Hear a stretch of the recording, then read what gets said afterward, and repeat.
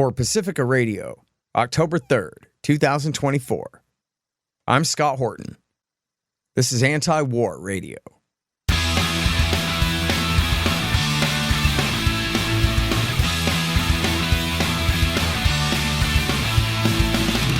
All right, y'all, welcome to the show. It is Anti-War Radio. I'm your host, Scott Horton. I'm the editorial director of Antiwar.com, and I'm the author of the book, Enough Already, Time to End the War on Terrorism. You can find my full interview archive, more than 6,000 of them now, going back to 2003, at scotthorton.org and at youtube.com/Scott Horton Show and all the other podcatchers and video sites and things. Today's guest is the great Kyle Anzalone. He's the host of Conflicts of Interest, and he's the news editor at the Institute and opinion editor at Antiwar.com. Welcome back to the show, Kyle. How you doing? Doing well, Scott. Thanks for having me back on. Really happy to have you here. So tell me, what's going on in the world? So, Scott, there is a lot happening in the world. Most of the headlines capturing the attentions of Americans are focused around the Middle East, where Iran conducted a pretty large missile strike on Israel, targeting at least 3 military sites. It's unclear exactly what the damage from that missile strike is, but several of the missiles did make it to the ground. They were able to penetrate Israel's Iron Dome, and it does seem there was some damage at Israeli military bases.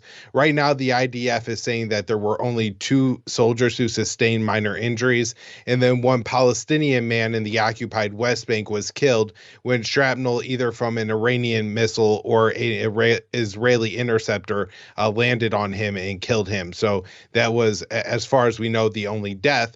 And of course, that Iranian missile barrage was a response to 3 Israeli actions: the Israeli invasion and attacking of Lebanon, and particularly the killing of Hassan Nasrallah, the Secretary General of Hezbollah, as well as an IRGC commander who was with him at the time, and also the assassination on July 31st of Ismail Haniyeh, who was in Tehran to attend the swearing-in ceremony of the new Iranian president. And so that was a real embarrassment for Tehran, and they were looking to respond to that. And so we had then Iran launch those missiles. And now, Scott, we are waiting to see the Israeli response. The Israelis say they're working on something, and they're talking about targeting Iranian oil fields. This was also tweeted about by Lindsey Graham, and statements from the White House are saying that we're supportive of Israel. The most detailed statement we've had is from Jake Sullivan, who said the U.S. is working with Israel to ensure that Iran pays serious consequences for the missile attack. Yeah. And then, so talk about the hit on Nasrallah and what's going on in southern Lebanon. So this was Saturday when Netanyahu was at the United Nations. He ordered this strike and just pummeled Beirut with round after round. A 2,000-pound bomb crushed 6 residential buildings in the process, and ended up killing Nasrallah when he was in a bunker meeting with other top Hezbollah officials. And so that was a major Israeli attack, but they've also been hitting targets across Lebanon, particularly civilian targets. Tel Aviv is claiming that Hezbollah has hit in rockets and missiles in all kinds of residential structures, and so now they have to blow up all these homes in southern and eastern Lebanon. There's really no evidence to back up Israel's claims here, but that's what they're using to widespread strikes against Lebanese villages in southern Lebanon. It was described as one of the heaviest days of bombing of the 21st century. Mm-hmm. And then what about reports of their invasion of southern Lebanon? So we had reports Tuesday morning. The IDF said they were launching limited operations, targeted raids in southern Lebanon, and said those operations were underway. Wednesday, Hezbollah and the Lebanese military refuted those claims, saying that wasn't the case. And also the UN peacekeepers operating in the area said they had seen no evidence of battles breaking out inside Lebanon between Hezbollah and IDF fighters. But on Thursday, we did have reports of the IDF operating operating in southern Lebanon, and Israel taking at least 8 casualties, at least 8 of their soldiers having been killed. Hezbollah claims the death toll is far higher, that they've destroyed 3 tanks, that they ambushed these 8 Israeli soldiers, and they've also planted bombs in structures that Israel has moved into and then detonated those structures, killing more Israeli soldiers. So at this point, the casualty count on both sides is unclear, but at least 8 Israeli soldiers are dead, and Israeli soldiers are operating in southern Lebanon. All right. I guess back to Iran. So I saw where when they launched the missile strike, the new president of Iran had put out a statement on Twitter. I'm very roughly paraphrasing, saying, look, we're just trying to get our symbolic hit in here, but we could stop fighting right now, and saying that they don't want war. So is that because he's a darn dirty liar, or are they really trying to back out of this thing before it gets worse, or is it too late for that now? Yes, I think it's pretty clear, really since 2020 with the assassination of Qasem Soleimani, that the Iranians are doing everything they can to avoid a war with the American or the Israelis. Whenever the U.S. or Israel assassinates high-level officials that are either, Hezbollah, Hamas, Iranian officials in third countries, then Iran is going to issue a response. And so we saw with after the assassination of Qasem Soleimani at the Baghdad airport in 2020, Iran did attack a U.S. base in Iraq, but at the same time, that strike was limited to a corner of the base, and it was telegraphed in a way that America was able to prevent any U.S. troops from getting killed. And in the same way, when Iran felt the need to respond to Israel blowing up its consulate building in Damascus earlier this year, and they carried out a missile strike on Israel, they did so in a way telegraphing it 72 hours in advance that all those missiles could be shot down before reaching Israel, so no one was killed. And we saw that again with this most recent strike where, Iran did carry out 181 missiles. Many of them were able to hit their target. So this is an escalation over what happened earlier in the year. But at the same time, they didn't rain down missiles on Tel Aviv, end up hitting a bunch of residential buildings, things that Israel is going to be forced to feel compelled to respond to. Rather, it seems they maybe destroyed some military equipment and injured just a couple Israeli soldiers. So this is certainly something that Israel and the U.S. could back away from, but I don't think that's what Netanyahu or the White House wants to do. I think there's I don't know about Joe Biden himself or Kamala Harris, the vice president, but I do think there's people within the ranks of the Biden administration who very much would like to see a war with Iran at this point. And who do you mean by that specifically? So Amos Hochstein, who is Biden's special envoy to the Middle East, and Brett McGurk, who's another U.S. diplomat representing the Middle East. And I say this specifically, Scott, because these two men advocated Israel invade southern Lebanon earlier this week. They told the Israelis to go ahead and do it, that Hezbollah's weakened, and now is the time to make a historic decision on the ground. And so, they have to know that an Israeli invasion of southern Lebanon is going to lead to direct war with Iran at some point in time. And if they're advocating for this, as Politico is reporting, then clearly they want war with Iran. Well, they're certainly willing to risk one. Now, as far, I guess, I talked with Danny Davis yesterday, and he was saying, well, I guess we'll really know Netanyahu's intentions based on what he does now. If he lets things sort of settle down, as he did after the last one, which Davis thinks is impossible politically for Netanyahu, or whether he goes ahead and, as you were saying, bombs oil fields and or civilian nuclear facilities that they have. They do not have a nuclear weapons program, according to every American intelligence report since 2007. But anyway, if they bomb Iranian oil facilities and or civilian safeguarded nuclear facilities, that would then presumably cross the Ayatollah's line, where he has no choice but to then go ahead and fight. And clearly, look, it's not that he's a good guy. It's only that he's in a position of weakness, and he knows it. What's he going to do? Take on the United States of America? But the thing is, yes, if the Israelis bomb him bad enough, then it's on. And America will probably have to intervene to help Israel do it anyway. And with Biden up there running this show, I mean, who knows? He'd probably just pull out a quarter and hypnotize them and have them say whatever you want. Right. Well, and to add to all this, proof that Israel and the U.S. are angling for a war with Iran, it was reported by the Lebanese foreign minister. This was a discussion on CNN that he was having, and he explained that Nasrallah had agreed with the U.S. and France to a 21-day ceasefire in just the hours before he was killed. So this was going to be a 21-day ceasefire that was backed by the U.S. and France that hopefully Netanyahu and Israel were going to agree to, and it was going to pave the way for a deal in Gaza, which would then allow for a deal between Hezbollah and Tel Aviv to ultimately end all the fighting in the Middle East. And so this was set up again by Washington and Paris, and then Netanyahu said no to it, and not only said no to it, he then went and assassinated the man who agreed to the ceasefire. Oh, man. It's Antiwar Radio. You know Kyle Anzalone from Antiwar.com. I would like to say that that's unbelievable, but of course it is completely believable, and it ties into what I was just saying about the absolutely brain-dead and absent president of the United States.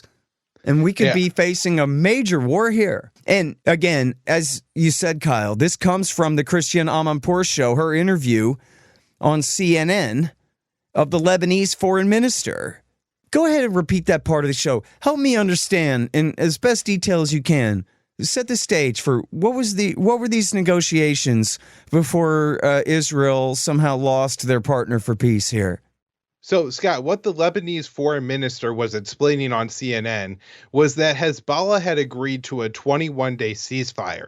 And this 21-day ceasefire was actually going to pave the way for the end of fighting across the Middle East. And you could imagine why the White House would have really wanted this deal at the start of October, as many Americans are going out and beginning early voting after a relatively poor debate performance by the Democratic vice presidential candidate, that this could be a real win for the Democrats to be able to say that we were able to tamp down tensions in the Middle East and maybe not say bring peace, but at least bring a meaningful reduction in the amount of fighting going on.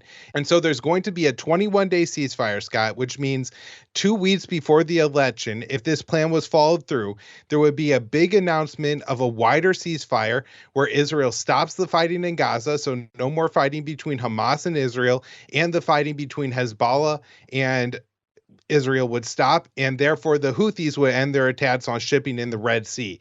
And this would all been announced just days before the election, a massive win for Joe Biden. And Netanyahu rejected that. But not only did he reject it, and then he killed the man on the opposite side who accepted the ceasefire deal from his backers, that was, again, proposed from his backers, the U.S. and France. It's absolutely baffling. Yeah. Well, they always do this. Sheikh Yassin, famously the founder of Hamas with a lot of help from Israel. People can read Richard Sale and UPI and Andrew Higgins in the Wall Street Journal all about that. Robert Dreyfuss in his book Devil's Game. But when he finally said, you know what, enough of this.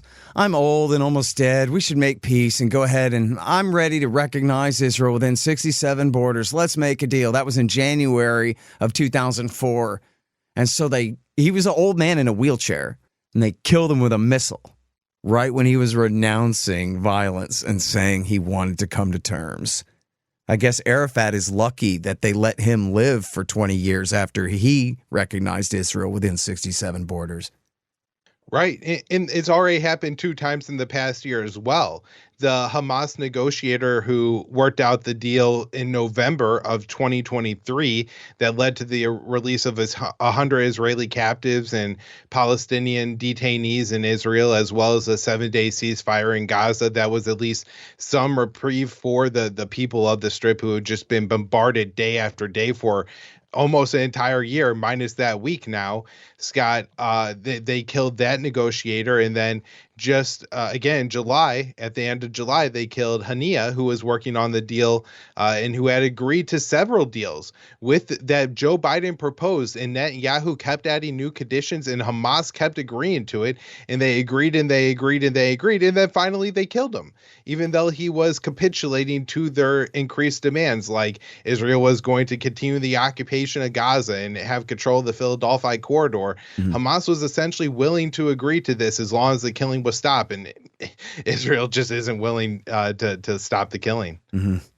Hey, you guys, coming up this October 7th through the 11th, join Mikkel Thorup, host of the Expat Money podcast, the heroic Ron Paul, the great Tom Woods, Doug Casey, Mark Faber, Tom Luongo, myself, and many other great speakers for the online Expat Money Summit 2024.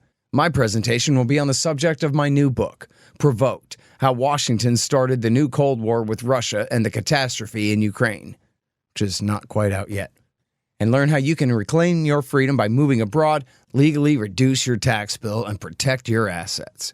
More than 8,000 people attended last year, and it's free. My guys Kyle Anzalone and Dave DeCamp from the Institute and Antiwar.com will be joining a panel discussion as well. Just go to 2024.expatmoneysummit.com for all the info. That's 2024.expatmoneysummit.com. Well, I guess it was just a matter of time. I drank so much coffee I turned into some. Hey guys, check out the Scott Horton Show special blend at MoondosArtisanCoffee.com. It's a blend of organically grown Ethiopian and Sumatran coffee beans. Two very different coffees combined to create a unique blend. Ethiopia is smooth and medium-bodied. Sumatra, rich, heavy-bodied coffee. And it's got caffeine, lots of it, which is good for if you have to drive drunk or get up in the morning. Click through from the link in the right-hand margin at scotthorton.org to save 10% on your order. It's the Scott Horton Show blend from Moondos Artisan Coffee. Hey guys, I had some wasps in my house, so I shot them to death with my trusty Bug Assault 3.0 model with the improved salt reservoir and bar safety. I don't have a deal with them, but the show does earn a kickback every time you get a Bug Assault or anything else you buy from Amazon.com by way of the link in the right-hand margin on the front page at scotthorton.org. So keep that in mind. And don't worry about the mess. Your wife will clean it up. Well, folks, sad to say, they lied us into war. All of them. World War I, World War II, Korea, Vietnam, Iraq War I, Serbia, Afghanistan, Iraq War II, Libya, Syria, Yemen. All of them. But now you can get the ebook, All the War Lies, by me for free. Just sign up for the email list at the bottom of the page at scotthorton.org or go to scotthorton.org/subscribe. Get All the War Lies by me for free, and then you'll never have to believe them again. All right, now I have to object to something that you said on the basis of it being way too reasonable and therefore inapplicable in this scenario. I think quite possibly you said it would make perfect sense for the Biden government to want to get a win here in terms of a ceasefire, an end to the war, and a deal with Hezbollah and eventually Hamas, and one that the USA was behind and can take credit for. Sure, but you're a decent human man. You got to look at this from the point of view of a Democrat. And I admit that I didn't watch the debate because my hull just cannot stand the cringe. I will implode and die. But I did read that Tim Walz, sticking to the script, attacked Donald Trump for not bombing Iran in that debate, just as Kamala Harris did in her debate with Trump a few weeks ago. And that is the point of view of the Democrats, who I read this morning. Kamala Harris is going to do a joint appearance with Liz Cheney, which is the same tactic that Hillary Clinton did in 2016, running around doing events with Robert Kagan and saying, look at what a horrible war hawk I am, to try to win over defecting Republicans. But what is that going to do to the Democrats' base? Does the Democrats' base care that they're slamming Trump for not bombing Iran? Because in 2016, that was a big part of them staying home. Hillary Clinton saying she wanted a no-fly zone to protect al-Qaeda in Syria. They have suicide bombings to commit and heads to chop off, she said. And we need to get in air wars with Russian MiGs over Syria to protect them. And she lost. But this is what the Democrats are running on now because they think this is smart. Hey, if Liz Cheney likes me, and everybody knows how much everyone in America, and especially Republicans, love Liz Cheney and want to do whatever she says, and this is the smart way to win those swing votes, the Democrats figure. Kyle? Yeah, and I think the real problem with all this, Scott, is the message it sends to Benjamin Netanyahu, which is the further he escalates, the further it's going to escalate the support that he receives from the United States. Because no matter what he does, Trump is going to say, well, if I were president, I would have supported Israel even more. And so this would have been even more successful and even a bigger victory and a more beautiful victory. And the Democrats have decided that, no, they actually have to be more aggressive than Trump on this, rather than taking a reasonable stance and say, hey, we're going to rein in Netanyahu here to stop the killing in the Middle East. They're going to say, no, we're going to give Netanyahu everything he wants and more, which I think is ultimately going to hand the election to Donald Trump, which maybe from Netanyahu's perspective doesn't seem like a bad deal, because it's been reported now that Donald Trump has agreed to allow Israel to annex the West Bank in exchange for quite a bit of money from Miriam Adelson. Yeah, and for people who think that sounds a little outlandish, when I first heard it, I was like, wait a minute, is that really right? And then I went and found it in the Israeli media that, yeah, as simple as that, quid pro quo. And who knows whether, he'll exactly follow through on that. Well, and Scott, the reason I believe it is because during the first Trump administration, he just redrew the map around Israel's annexation of the Golan Heights and recognized that Syrian territory as Israeli. And it's never going to be undone in Washington now that it's done. Once the embassy was moved from Tel Aviv to Jerusalem, now it's in Jerusalem. So I do think there's reason to think Trump is just going to go ahead and make these moves. And even if he waits until the last year of his presidency and does it on his way out the door as a second-term president, nobody's ever going to undo it. And so I do worry it will happen if Trump will get reelected. And Netanyahu really does see all these kind of political dominoes laid out in front of him, where the further he escalates now, the more and more U.S. military support they're going to give him, and maybe even get direct U.S. attacks on Iranian oil and nuclear facilities that the U.S. will conduct, or at least help him conduct. And then the election happens. The American people reject the Democrats because they led them down this path to war. Trump comes into office and then allows him to annex the West Bank. I mean, it seems all laid out and would play out very well for Netanyahu.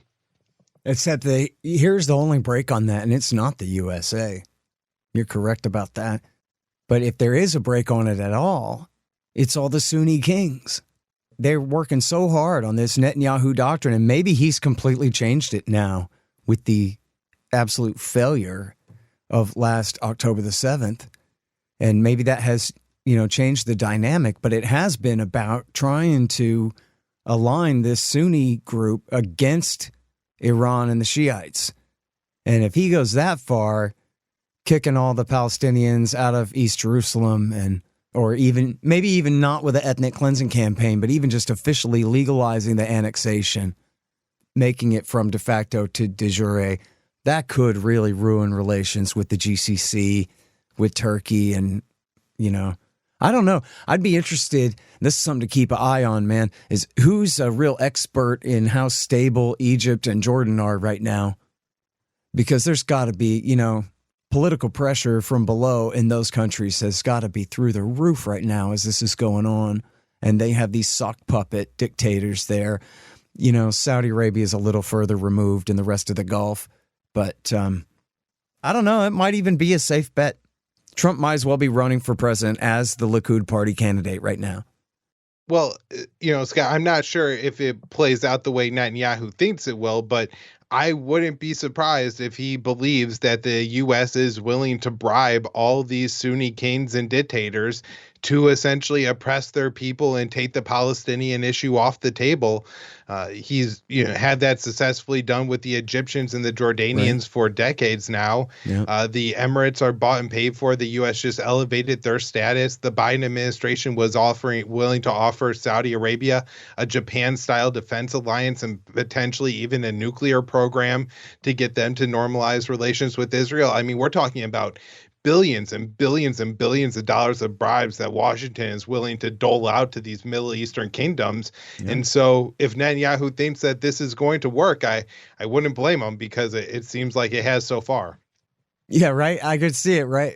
Mohammed bin Zayed and Mohammed bin Salman just telling Kushner, hey, man, we're raising our price.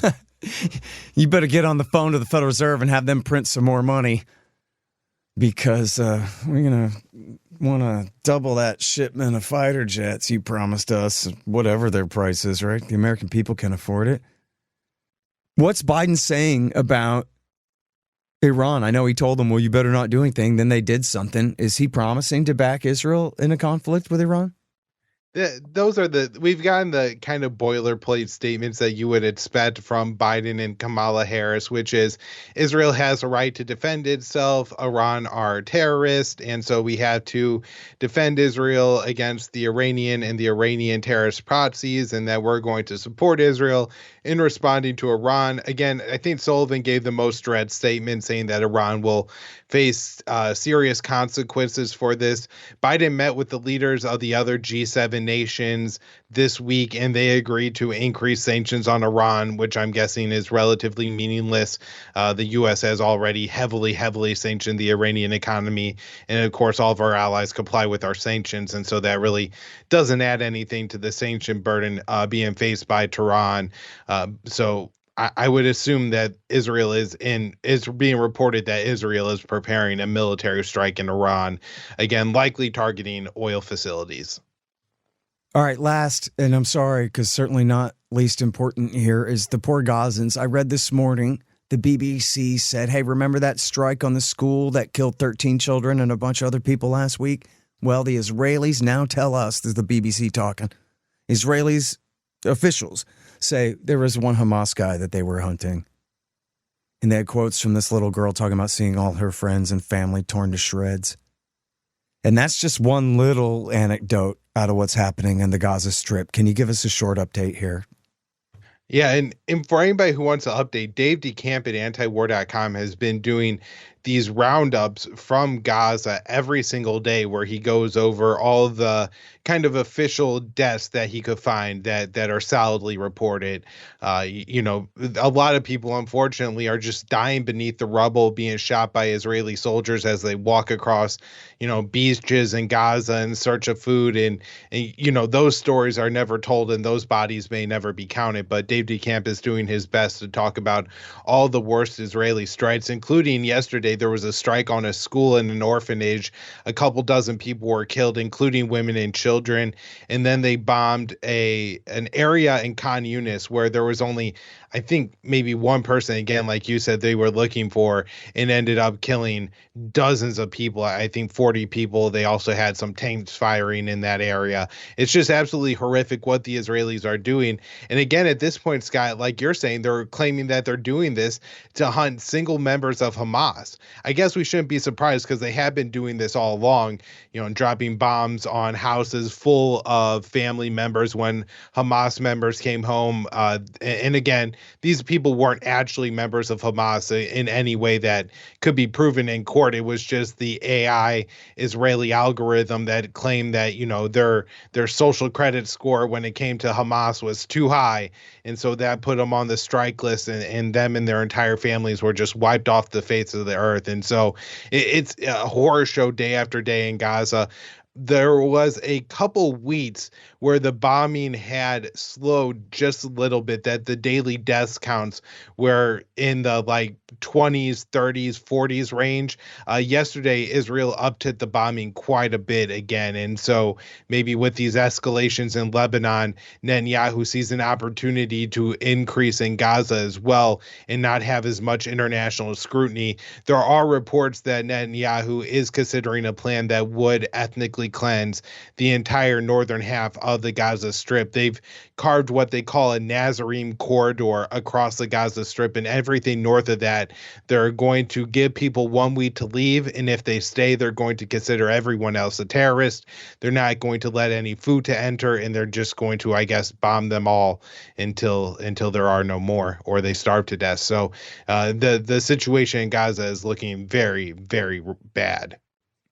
Well, for people out in the radio audience who don't care at all about Palestinians, if you care about Americans, you got to understand that this is all at our expense, in our name, and American civilians are virtually certain to be slaughtered in terrorist attacks waged as revenge for American support for this horrific and unjustifiable sin of this slaughter, this war, so-called war in the Gaza Strip. Happened before, it's going to happen again. So, not that I'm the one threatening you. I'm saying we should not be doing this. And that's it. Again, Anti-War Radio for this week. Thank you so much for your time, Kyle. Thank you, Scott. That's Kyle Anzalone from Antiwar.com, and he hosts the great show Conflicts of Interest. And I'm Scott Horton. I'm here every Thursday from 2:30 to 3 on KPFK 90.7 FM in LA. See you next week.